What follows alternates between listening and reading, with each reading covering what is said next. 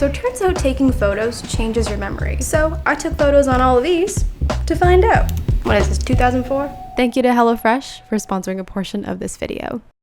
I consider myself someone who takes a lot of photos. I'm afraid that I'm gonna miss a moment, so I always come prepared in social situations. In fact, I carry around like 7 different cameras when I go out. If you think that this is a ridiculous problem, you're right. But something interesting that I read is that taking photos might actually be affecting our memories. And that's because every time we recall a memory, we might actually be changing the way we remember it. And photos are a big part of how we remember things. So how are photos affecting my memories? And I wonder if different cameras affect my memory differently. So to figure it out, I'm gonna try 5 different cameras to see if the process of taking photos and how the photos feel affect how I remember my life. So for day 1, I borrowed Sabrina's Polaroid camera. Pretty simple to use it. You point it at a thing, and you take a picture. The catch? It costs $4. Or a latte.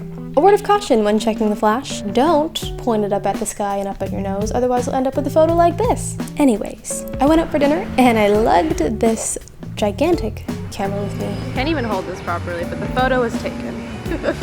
And we got coffees. Unsurprisingly, taking photos helps with our visual memories, but taking photos can also take away from other sensory experiences, like the smell of a place, the sound of a place, or even the feel of a place. With Polaroids, I found myself focusing more on trying to get a cool shot rather than actually experiencing the moment. I got cool pictures, I guess. I feel like I need to mention here that Sabrina loves Polaroids. I, for one, could live without it. I could live without it. But anyways, on to the next day. All right, it's iPhone day. Let's go take some photos while we make lunch and thank the sponsor of our video while doing it. HelloFresh recipes are simple, delicious, and really easy to make. If you didn't know, HelloFresh is a meal kit subscription service. Their plans are super flexible, and you can choose whatever you'd like to make it suit your lifestyle. Also, since I'm cooking for one, I make sure that I never have any wasted groceries because I use everything that is in this bag. Today, I'm making salmon, potatoes, and an apple salad. And something that's really great about them is that they make it so easy for you to enjoy a delicious home-cooked meal in 30 minutes or less, especially on those days when you have a lot of other things going on and you don't have the time to think about grocery shopping or meal planning. Truthfully, the highlight of my day was making my lunch. So thank you, HelloFresh, for an epic meal. Go to HelloFresh.com and use the code PROGRESS16 to get 16 free meals across 7 boxes and 3 free gifts. I think it's safe to say that our phones are always with us. And if there's something that we want to remember, we know that we can grab our phones, quickly snap a couple pics, and put it back in our pockets. Now, it's easy to take a lot of photos because we can, but it can kind of hijack our experience of taking in a memorable moment. Let me explain. In the same way that we write down phone numbers rather than committing them to memory, in a sense, we offload the work of remembering a moment to our phones to access later. So if we aren't mindful of how and when we take photos, we might be relying on our devices to do the remembering for us, which isn't very good for forming memories. Alright, now with mirrorless cameras. Mirrorless cameras add a bit of complexity when it comes to the documenting process. There's all these fancy buttons and dials and switches that you can use to make sure that you can get the perfect shot, and then you edit them. I got this really cool opportunity to go to a music festival to be a production assistant. I took a lot of photos on this camera. I took a lot because I could. It's so easy in the moment to just get lost in shooting pictures, but you will have to set the time aside later to sift through the bad ones so you can find the good.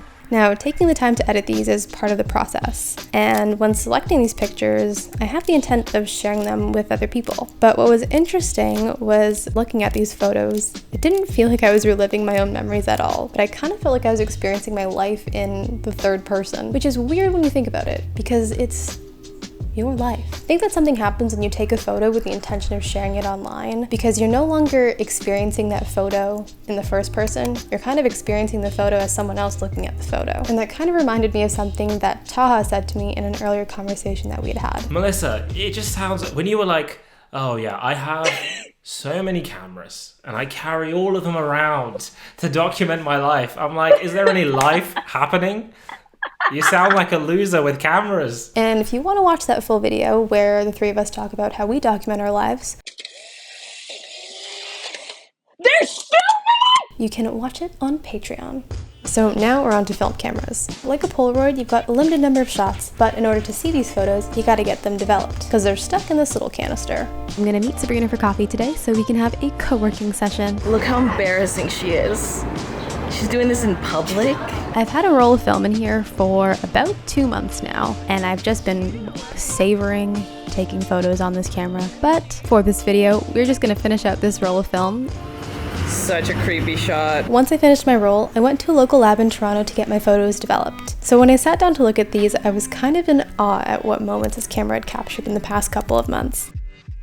I remember these moments so vividly, and it turns out there's a reason for that. So the process of film photography accidentally reinforces this concept called spaced repetition, which is actually a studying technique. So when you take a photo, it's the first exposure to the memory. It's the moment that it happens. And then as time goes on and the memory starts to fade into the distant past, it risks being forgotten. However, in a certain distance of time, whether it's a couple of days, couple weeks, or months, and you look at these photos, suddenly these memories get brought back to the surface.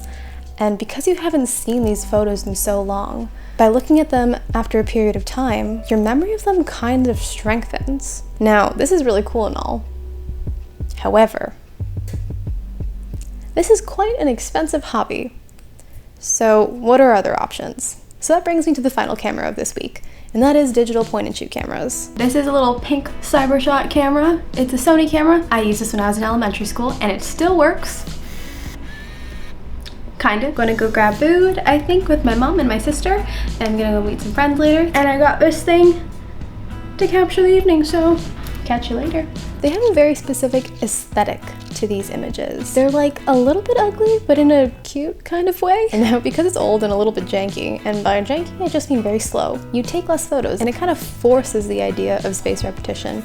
You can kind of get the benefits of a film camera with the point and shoot if you don't look at your photos right away. I think that our memories and the photos that we take of our life are a lot more important than the resolution of these images. And while sometimes that can be important, I'm really just glad that I have something that documented that time. If you're wondering why I'm holding a plant, it is not because I'm trying to hide a microphone. Partially, yes, but taking photos is one way that we can remember our lives.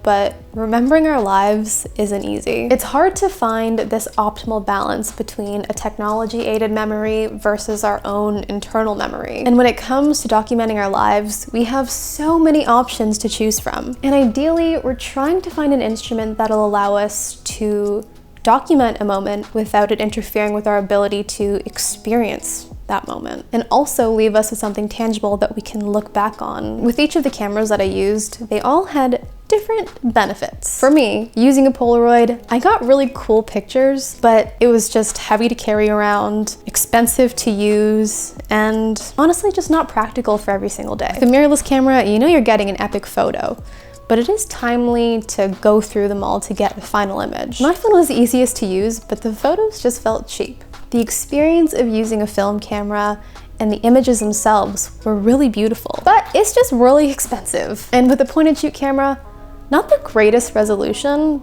but it was so much fun to use. So I can say that there's no best camera to remember your life. It's really about finding what fits your needs. And photos are just one way that we can remember our lives.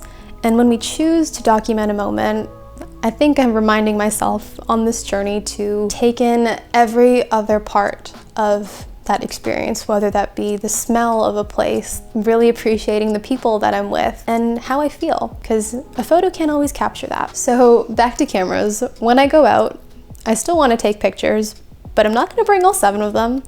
I'm just going to be more thoughtful of why I want to bring a camera and just be mindful. But anyways, I hope that you liked this video and that you learned something, because I feel really vulnerable making this video and thinking to myself that maybe this should have just stayed in my diary and not gone on the internet.